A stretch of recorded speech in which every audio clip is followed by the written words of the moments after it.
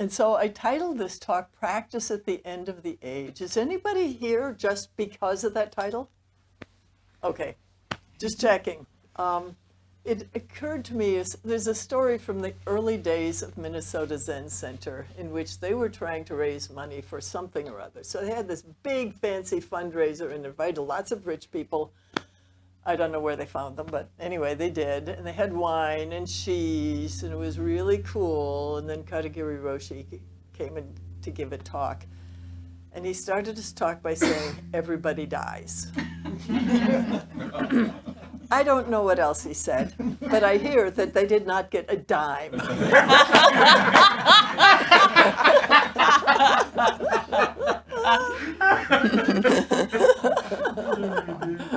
So here I am. So some people were here yesterday, and I talked about Dogen's vow. Now, Dogen thought that he was in the age of decline. Buddhism traditionally had 3 ages, and then the 4th one way later. But so there was the age of true Dharma, which is when Buddha lived, and a while after that. And there was true enlightenment, true practice, and true teaching. And then there was the age, I forget what it's called, but there was not enlightenment anymore, but there was still real practice and real teaching. And then there was the age of decline, in which there was no real practice, no enlightenment, but there was still teaching. And this one is supposed to last for 8,000 years until Maitreya comes. This is kind of depressing. In Japan, 2 whole schools of Buddhism formed around that concept. And one of them chanted the name of Amitabha to get into heaven. And they asked Amitabha for help because they couldn't do it themselves because they were in the age of decline. And the other one chanted the Lotus Sutra to make useful things happen. And they're still with us. Well, they both still exist. They're both lovely groups. And meanwhile, Dogen goes, Buddhas and ancestors are the same as we. We in the future shall be Buddhas and ancestors. Before Buddhas were enlightened, they were the same as we, and stuff like that. So Buddha just goes all out into defiance of this age of decline. Not that he denies the age is happening, but he denies that we are stuck. Does anybody feel like we're in the age of decline right now? Oh, I was thinking of a show of hands, but I got some facial expressions. Yeah, okay. So I am not going to talk about all the depressing things that make us feel that way. We know about them. So Buddhism has an awareness of death. That's why Katagiri Roshi did what he did. We understand that everything changes and that everything ends and that everyone dies. In fact, someone asked Suzuki Roshi to summarize Buddhism in 2 words. They thought he couldn't do it. He said, everything changes. So everything comes to an end, and it's not generally comfortable when it comes to an end.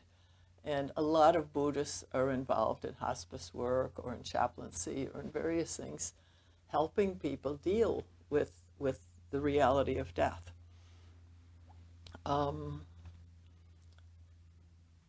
It's also true that things, aspects of our life come to an end. My first grandchild is in college. My last grandchild is no longer little.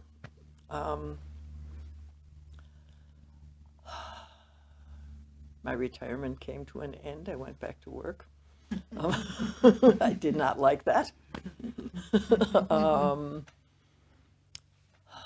Ideas come to an end. Cultures and civilizations come to an end. Jared Diamond wrote a book, Collapse, about the end of cultures and civilizations. And noted the impact of environmental issues in those ends. And also noted some civilizations that managed to make changes so that although their way of life changed, they the human beings continued. So my thought is, are we at the end of an age? It's not, no, it's not, like, I'm not going to explore that question. That's not a question for this setting. The question is, what if it is? What if it is? What if humans go extinct within 50 years? What if the way of life that we know ends? More likely 5 or 10 years.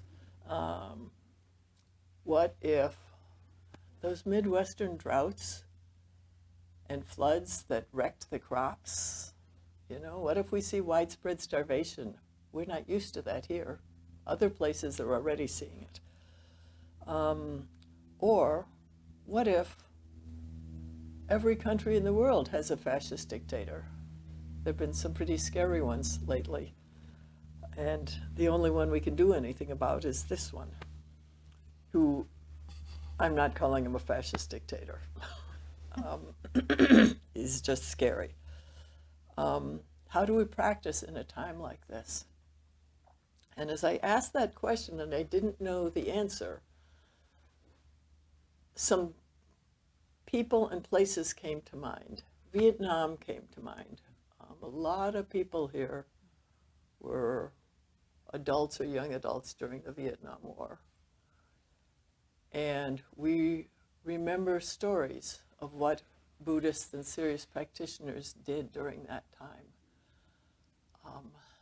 And Thich Nhat Hanh was doing like social work stuff. And some of his friends got killed, murdered by the establishment. His teacher set himself on fire, which actually, we didn't know it, but it's an old Buddhist thing. You make yourself a living offering. I just don't like to think about it. And then many others did, and that became a thing that people did who were desperate, including at the beginning of the Arab Spring. Some guy, presumably with no Buddhist context at all, had this. Things are so bad, there's nothing to do except send a message. And he set himself on fire and died and sent a message and started something that a lot of us had hopes for. So when you think of sincere practice in a situation that seems impossible, what do you do? And again, there are personal things that seem impossible, and there are lots of stories about those. A woman that I knew, she was my practice leader for a while when I was at San Francisco Zen Center. And I found out by reading a book, of which the last copy has been bought, Zen Practice in Challenging Times. And she wrote about getting hit by a car and having her body wrecked and being disabled and in extreme pain. And she was slowly working her way to recovery.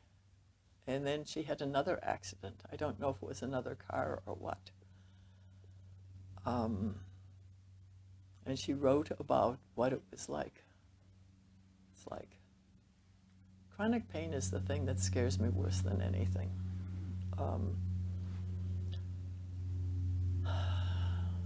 Apparently she's teaching again. I don't know how her body is.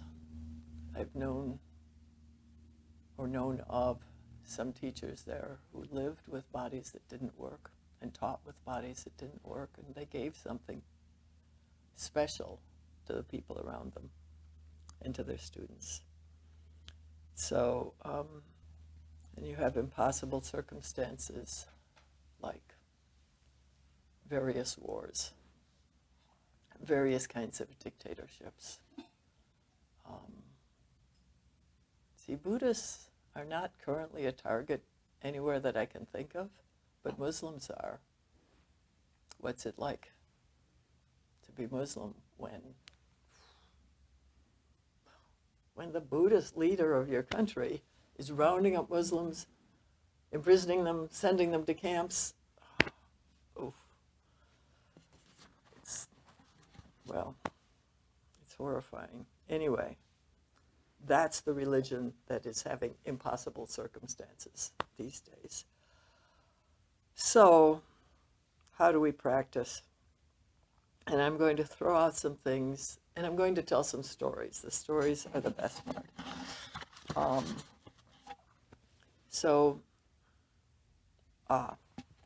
A little bit more from a Dogen. Dogen is the founder of Soto Zen. He says, confessing and repenting in this way, one never fails to receive profound help from all Buddhas and ancestors. Confessing, no denial. No trying to pretend that things are okay when they're not okay.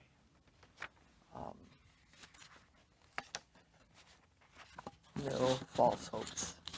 No, somebody's going to fix it. Do you know there are people who think that aliens from other planets are going to come and save us? I know this because I have an old friend who thinks there are aliens, but she thinks it's really stupid to count on them to save us. It's like, why would, or technology will save us, or any of that.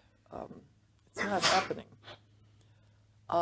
So not denying. Repenting means to turn back and to come home. And so I think that's step one. Well, maybe admitting it is step one. And maybe step two is returning to proper relationship with the earth around us. We start with humans. Probably I don't need to go too far talking about humans. That's going to be there. But our relationship with the rest of the living earth. We live in a culture that says we're the masters. Sometimes only some of us are the masters. And sometimes all of us are the masters, but everything else is there for resources, and it's fine to use it. And of course, GDP is a measure of how much we've used it and how much we've converted the living earth into things like cash or property, televisions and cars and houses and things. So coming from there, it's sort of like the best you get is, well, if we kill off the earth, we'll die too. And that is not really home. That is still, well, we're tenants and they're landlords and we will cheat them as much as we can. It's also not the natural way that human beings feel, I think. If you go anywhere to indigenous people, they understand that there's a connection. They understand that other beings, at least other animals, are sentient, are conscious, have lives and wills. Not that they're identical to humans, but that they're people. And indigenous people and now scientists are observing the sentience of trees, forests, mushrooms, fungi, various plants. I mean, years ago, somebody did the hidden life of plants. So this knowledge is around us, but it's not accepted, and it's becoming a little more visible, partly because people are, in fact, starting to get the way we've been living is disastrous, starting to listen to indigenous people. If I go back 10 years in my mind and think of, people paying attention to indigenous wisdom, we have moved a long way. At least in the environmental movement. In Minnesota, we're fighting a pipeline and some other stuff. And the interfaith organization that works on this, and the Minnesota 350 organization. They both regularly organize events in which the leadership is indigenous and make sure that those of us who stole the land or who are living on stolen land and benefiting from the theft are not taking more from the people from whom we stole it, but are listening to what they know that our ancestors didn't know. And so we're you might say we're taking wisdom, but anyway, the sense of respect is really strong.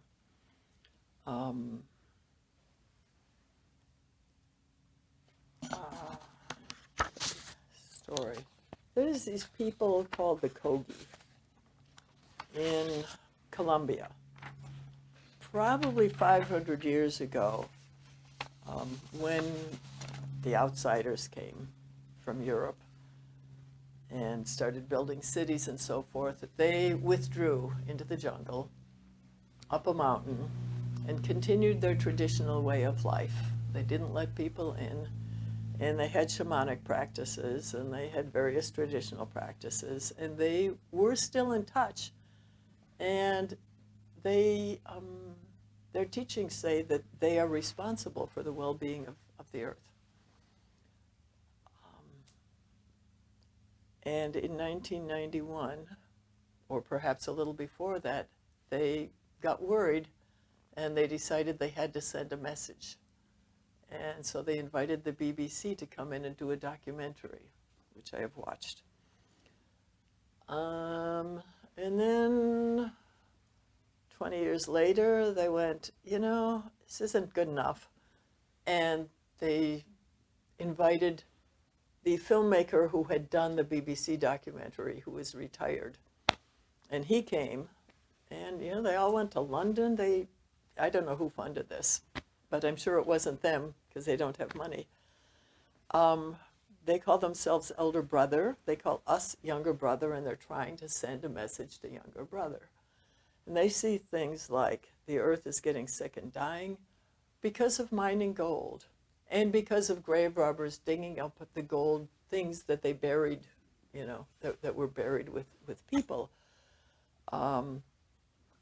They actually plant gold in places in the earth to protect the earth.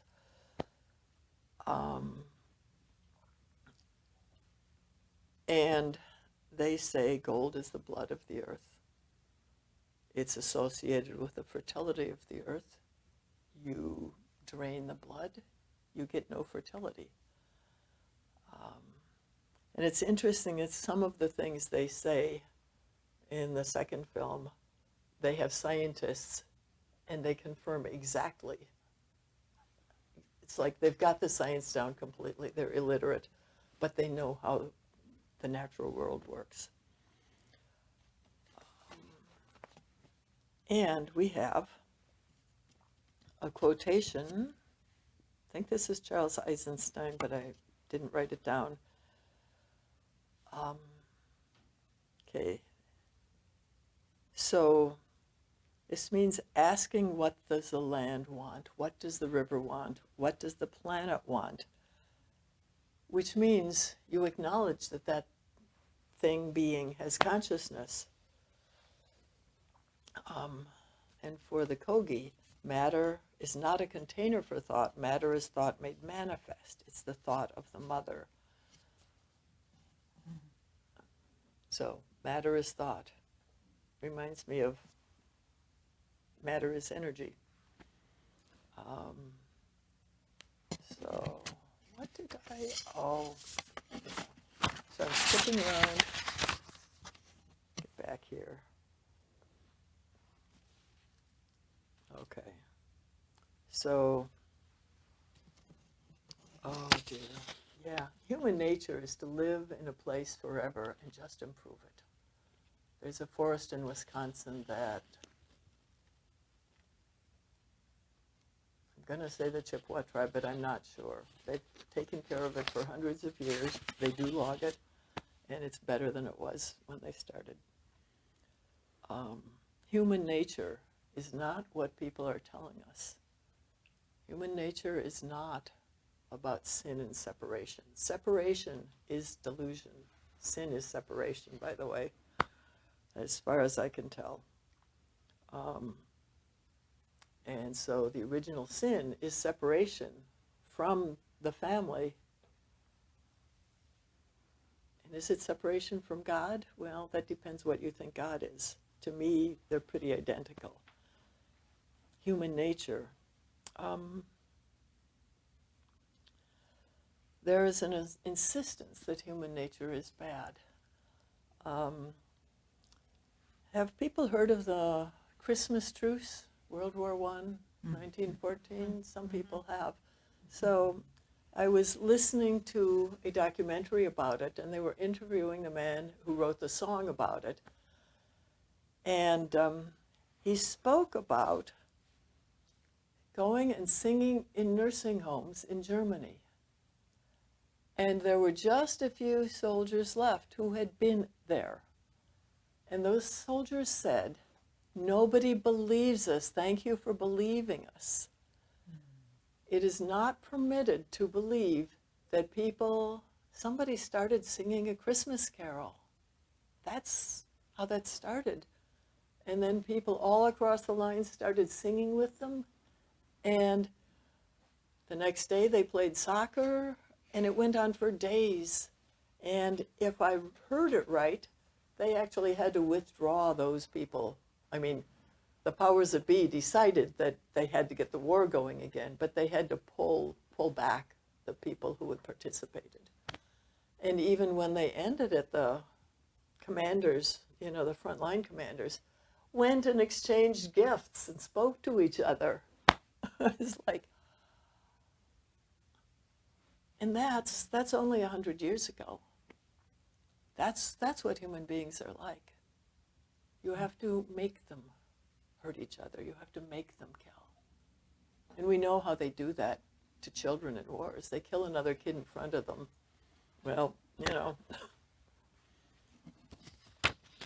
you have a child soldier.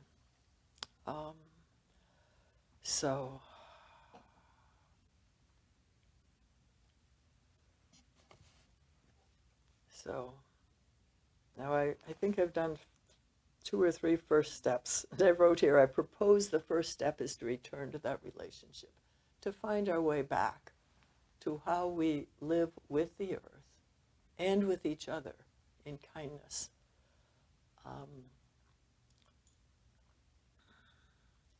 From the Metta Sutta, even as a mother watches over and protects her only child, so with a boundless mind should one cherish all living things, suffusing love over the entire world, above, below, and all around, without limit. That's our side of it.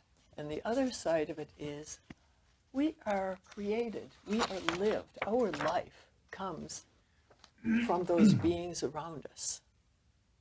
That's called interdependent co-origination. That's the official Buddhist term for it. Everything gives us life, moment by moment.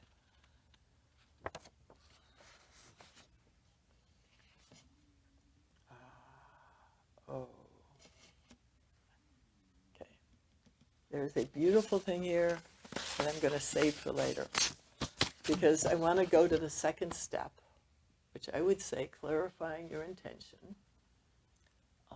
Before you go to a retreat or start a practice period or enter a monastery in Japan or at San Francisco Zen Center, they would do it. And it was like sit for a day or sit for 5 or 10 days facing the wall, and you don't do anything. They bring you food. And fortunately, you can get up and use the restroom as often as you want to because you really need to stretch your knees. And they call that clarifying your intention.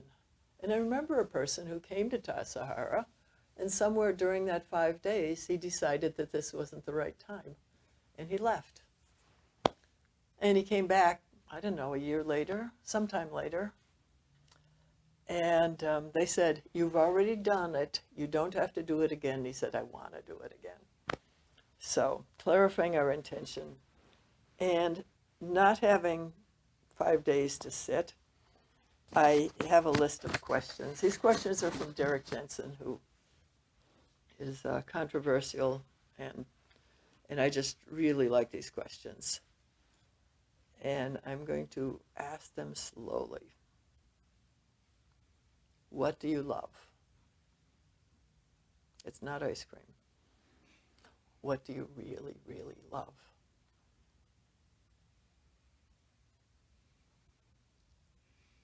What are your gifts?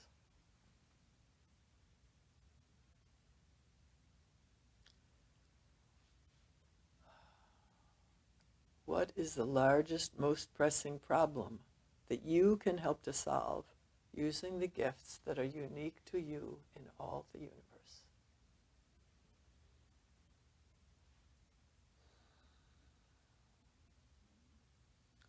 What does your land base need to survive? Your what? Land base. It's like, if you had trouble with question 3, that's a helper. What does your land base need to survive? And the last question is, are you going to do it?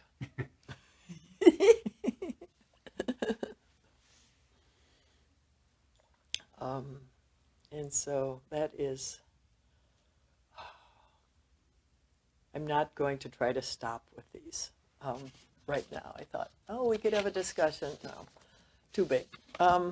So I'm going to, so since I called that the second step, I'm going to call the third step, trust the way, trust that you are in the way. These are words from Dogen.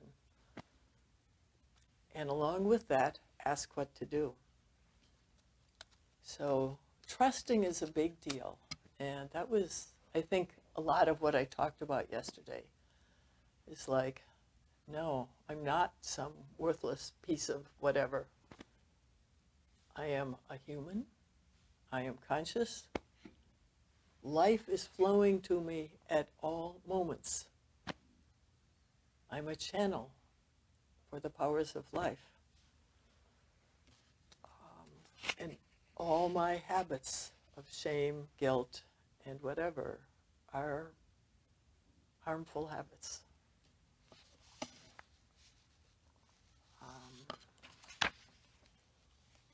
And I mentioned asking what to do. Now, okay, so I have a couple of stories about trust. In 2015, I had bought this farm, this 17 acres of beautiful land, a year earlier. And the people across the road broke their place up into 2 parts to sell. And somebody snatched the house right away. And the land, somebody put an offer on the land contingent on being able to build a house on the little chunk of that property that was on my side of the road, the riverside, which most of which is in wild and scenic, which has lots and lots of restrictions, and you cannot build, you know. I can't build another house on my place. But, so I talked to the county people, I talked to whoever I could find, and they said, there's nothing you can do, they don't need a hearing. And to visualize, so I so-called own 8 acres of this hill and woods. And then there's some state land right by the river. And then there's 25 acres that way. But about 6 acres were in this piece where they wanted to build. And it's right up against mine. I've got an altar right on the north edge of my property. And it's beautiful. It's a sacred space. And what I could see was another modern suburban home plonked right, I could see where the only place to possibly build would be. And it was very close to the property line. And I was like, if they build, I really am going to move. Because they will have ruined, they will have desecrated the place. And I could not find any tangible things to do. And somebody said, well, go ask the trees for help. I was in the custom of sitting 5-day sessions at the time, and on the 5th day in the afternoon, I put on my hiking boots and went outside and walked on the paths and through the woods asking for help. I started to feel responses. I don't know if I heard them. I don't hear words much, and I don't see pictures much. But I could feel that something was coming back to me. And I could even feel, you don't have buckthorn here, but you have other invasive plants. I could even feel the buckthorn answering. And buckthorn are like the enemy. Like kudzu here. Like kudzu, yeah. Not quite as vigorous, but pretty bad. They even answered me. And so I walked for some hours, and then I went back home, and I felt a little better. And that was all I knew. And I waited. And a house was not built. And a couple years later, I looked online for property ownership and stuff like that. And what I observed was, not only was there no house there, but the zoning had changed. That piece of property was no longer part of the place with 4 building spots on the other side of the road. It was part of the 25 acres on my side of the road, which is in the wild and scenic area, and you can't build on it. And I went, ah. And I think that was the beginning of me getting really serious about the ability of non-sentient beings to do stuff. So I know I named the Mountains and Waters Alliance after that happened.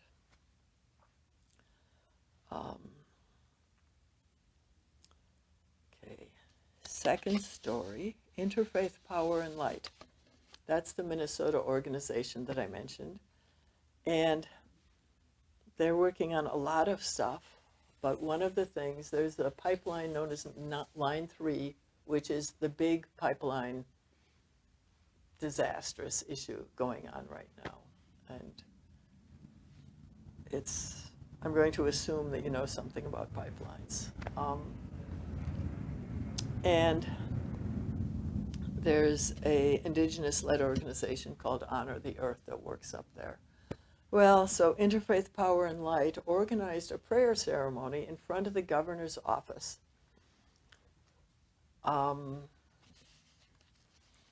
That just happened to be the day before the governor had to make a decision about Line 3. And I found the quotation.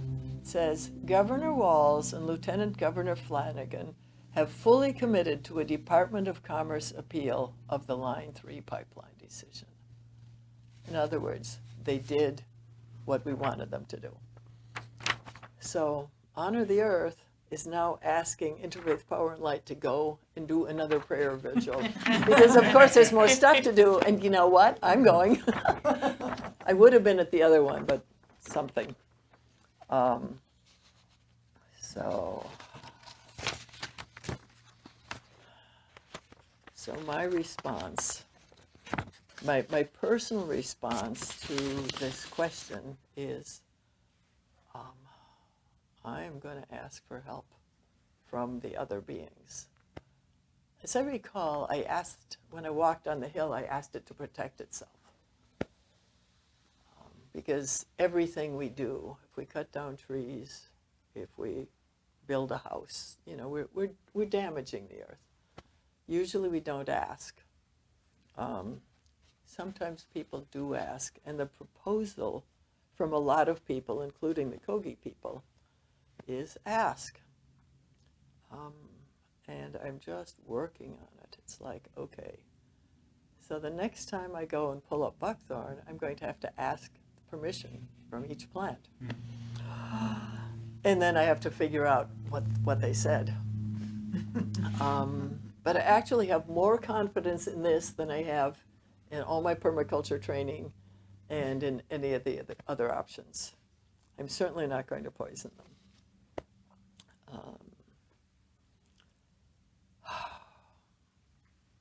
I had some other stuff, but I don't, it feels like time to stop.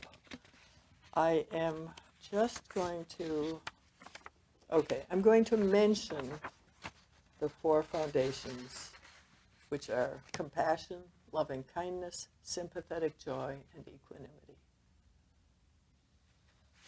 People can ask me about them if you want to. And then I'm going to read this poem by Mary Oliver and then offer space.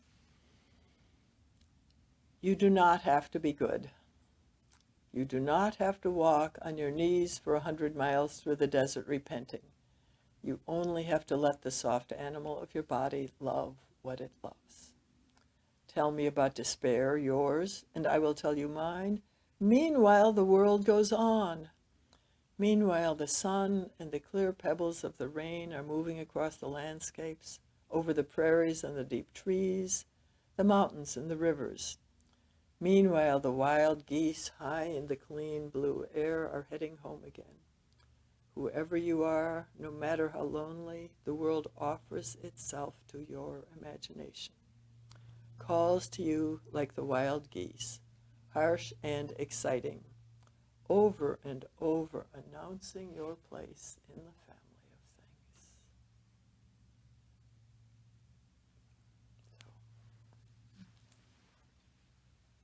So, comments or questions?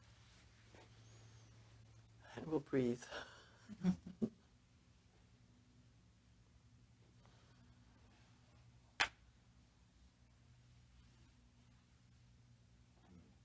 Maybe repeat the 4 foundations?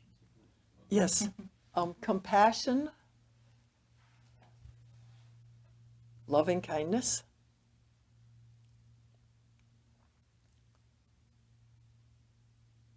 equanimity, and sympathetic joy. You're welcome.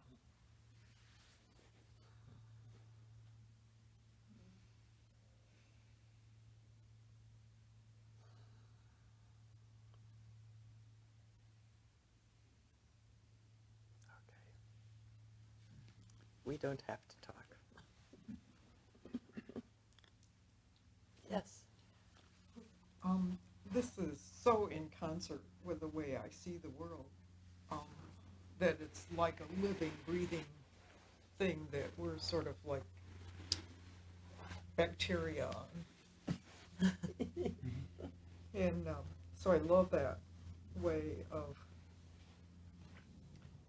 understanding that, and then it feels not as hopeless. I feel not as hopeless without understanding.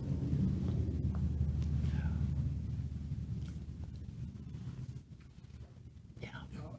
Sort of following up on what Charles said, there's an expression, being one with the world, or one with the universe, or one with something outside ourselves.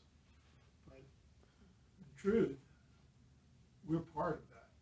It's not like we can't be one with something else, because we are the one. Yeah. And it's it's a different way. It's a different way of looking at things, and I think it's there's that dualism when you say one with something. Yeah. More? Yeah. So that's really good. Sometimes it's like I talk about this stuff and I forget that basic Buddhist thing, which is like, I don't think it's identical. Of course, saying indigenous, that's all. But the Buddhist thing is, we're not exactly part of the family of life.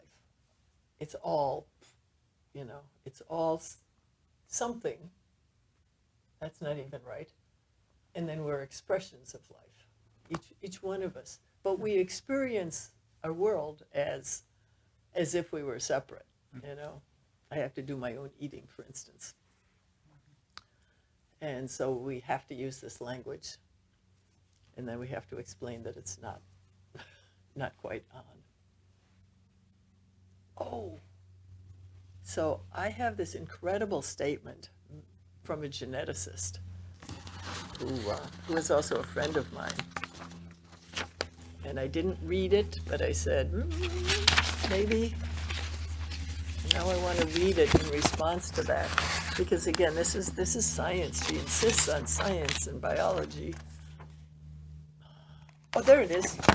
So she says, all beings are the genetic material of the biosystem. That's all, this rest of the stuff is not necessary.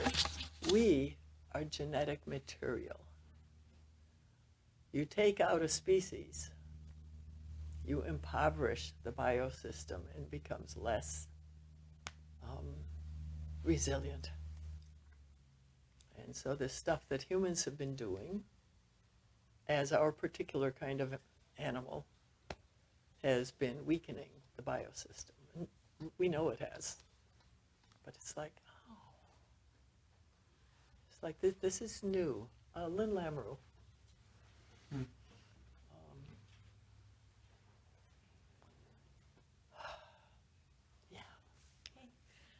First, I want to say I really appreciate your talk and the topic.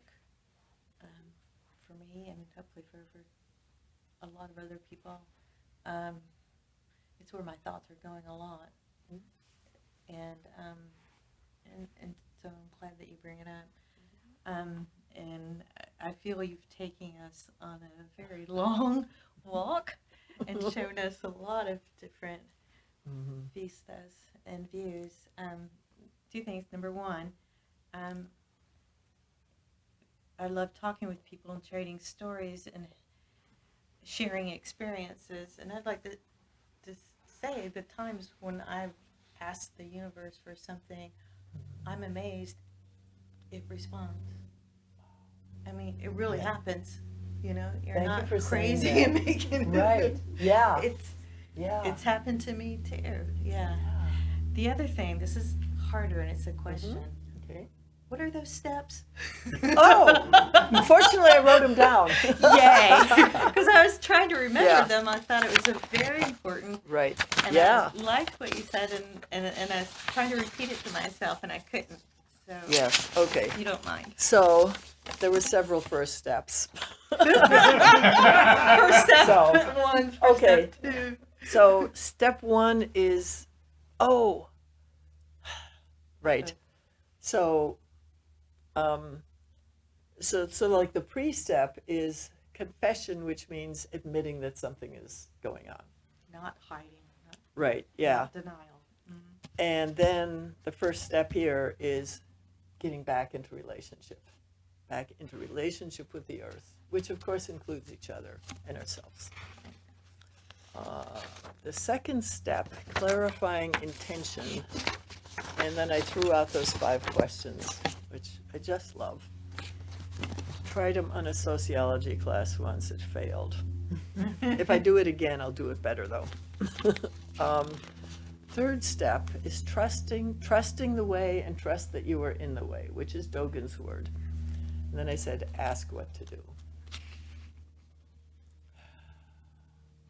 So asking was kind of in the second step, but trusting is the third step. It's like, don't stop yourself. I know the most about that. I know a lot about stopping myself.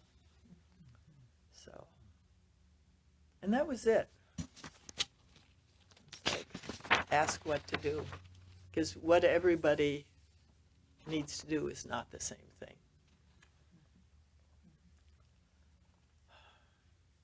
So, Thank you.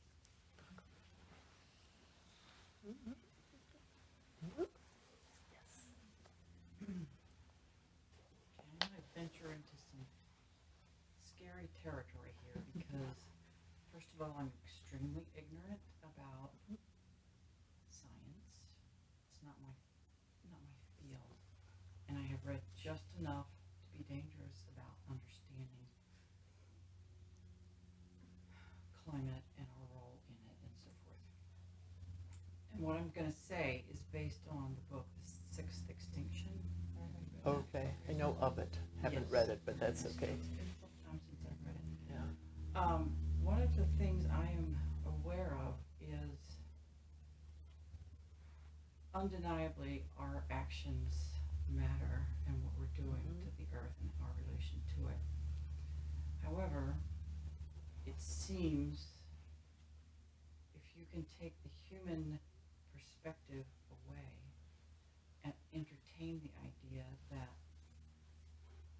it's not about us, that there are forces so large at play here that we are absolutely inconsequential. And I know that sounds crazy, but the only reason I'm saying that is because there was a point when the world almost went extinct. All sentience went down to like 3% of living things went extinct, and this was millions of years ago.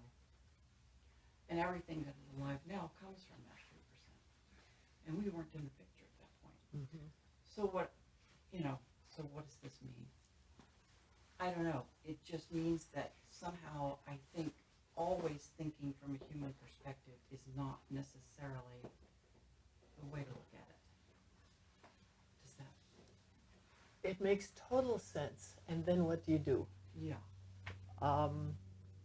I think, I mean, the Kogi, for instance, they're like, well, it's because you removed the gold, which is not, it's not because you cut down the forests. It's because you did this like magical defiling act. And, so I have just finally stopped, given up all my near-term human extinction Facebook groups, of which I was in 3 or 4, because I realized that I don't actually think, I don't feel hopeless. And they are talking about, okay, we are all going to be dead. Hopefully that 3% of life will come back and repopulate the earth, because that's what happens.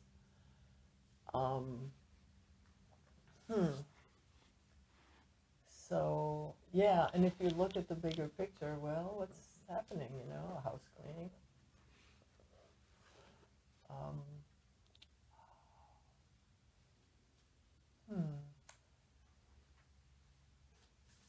If you look at it that way, that just something has happened and we're not important, we just happen to be the agents, or even not, how does that affect how you act?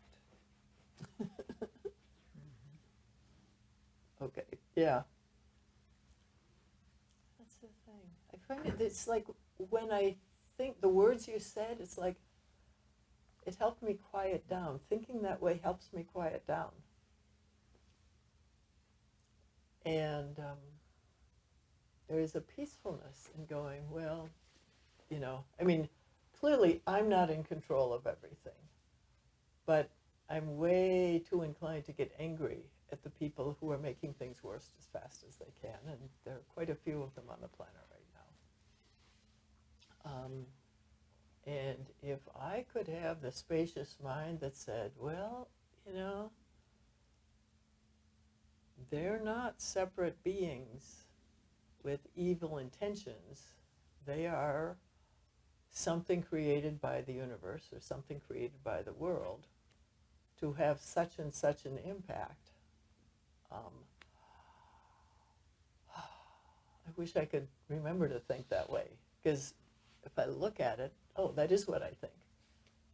I don't think that they are individuals any more than I think I'm an individual.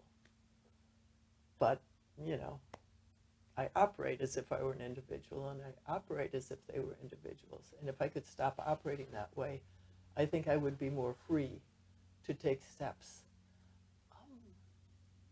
There's this question, what is it? So you're in a boat in a river, and a boat is heading right towards you. Maybe you're in a canoe and it's a motorboat and it's zooming towards you. And so you stand up and you start yelling, asking them to turn course. And then you look more closely and you see that nobody is in the motorboat. And so you stop yelling and you try to get your boat out of the way. I really thank you for bringing that in. Because that's just, how do we get our boat out of the way? Well, what's our boat, you know? We'd like there to be food and water. We would like for the whole planet not to burn up in fires the way Australia is currently burning. How do we get our boat out of the way? Oh.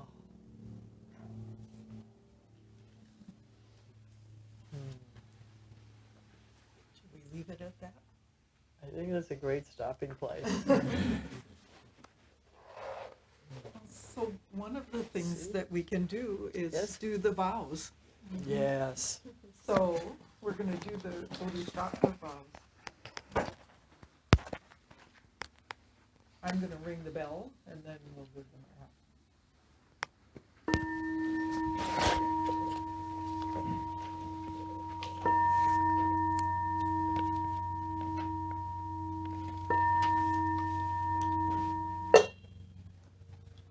Beings are numberless. I vow to awaken them. Delusions are inexhaustible. I vow to end them. Dharma gates are boundless. I vow to enter them. The Buddha way is unsurpassable. I vow to embody it. Beings are numberless. I vow to awaken them. Delusions are inexhaustible. I vow to end them. Dharma gates are boundless. I vow to enter them. The Buddha way is unsurpassable. I vow to embody it. Beings are numberless. I vow to awaken them. Delusions are inexhaustible. I vow to end them. Dharma gates are boundless. I vow to enter them. The Buddha way is unsurpassable.